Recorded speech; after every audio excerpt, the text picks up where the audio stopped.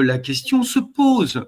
Pas un mot dans vos publications sur les effets réels des traitements, sur les mécanismes de cette mort provoquée, sur les complications respiratoires possibles.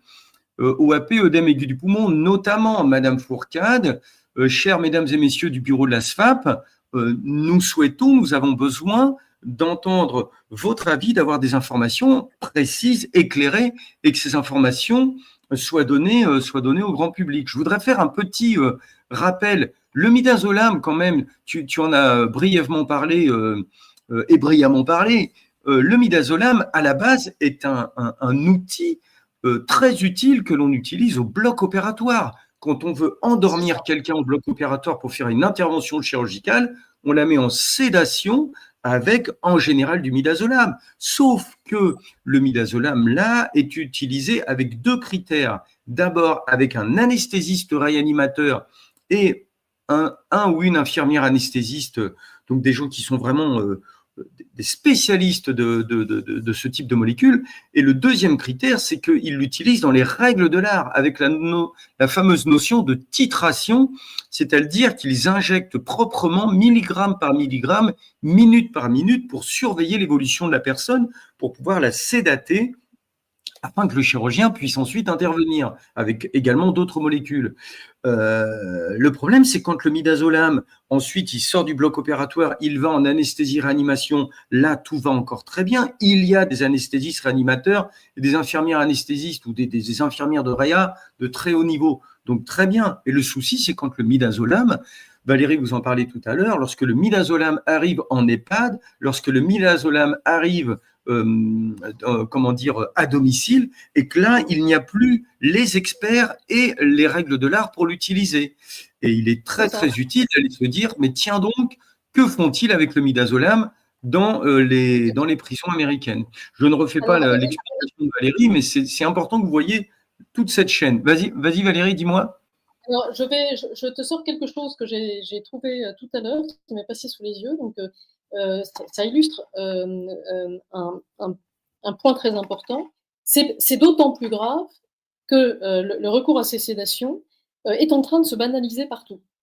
Et ça, on l'a senti, on le chiffrait mal, mais ça va vraiment là à toute allure.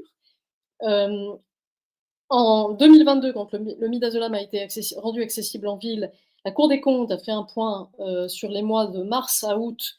On comptabilisait déjà 1800 sédations à domicile, dont les 2 tiers étaient des sédations profondes, donc ça sortait complètement les sédations à domicile de la marginalité.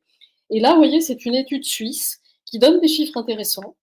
Elle explique que la prévalence des sédations profondes et continues est passée de 4,7%, donc des décès, en 2001, pour atteindre 17,5% en 2013.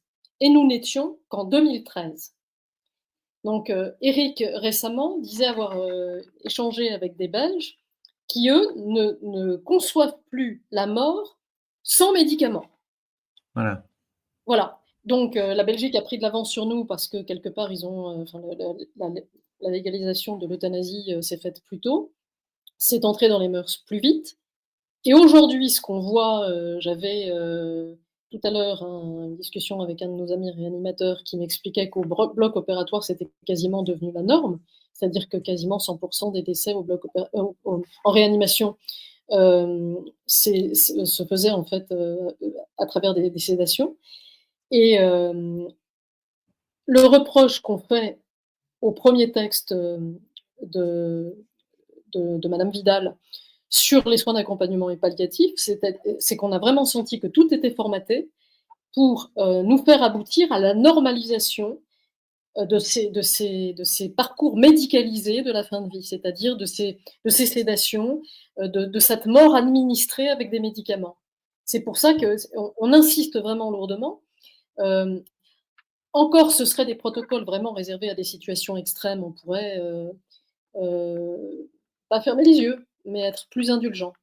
Là, on va vers des protocoles qui vont être utilisés partout, et on s'aperçoit qu'ils ne sont pas évalués et qu'on ne les maîtrise pas.